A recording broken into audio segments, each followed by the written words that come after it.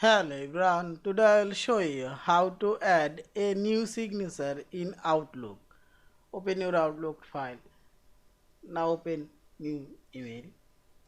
Select.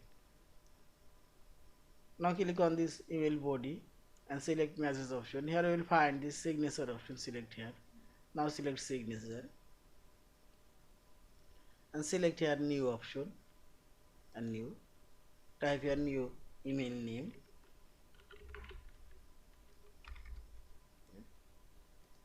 as new email body.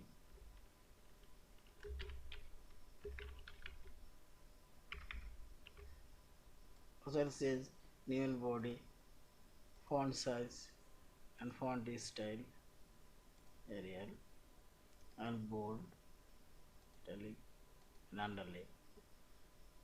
Now select OK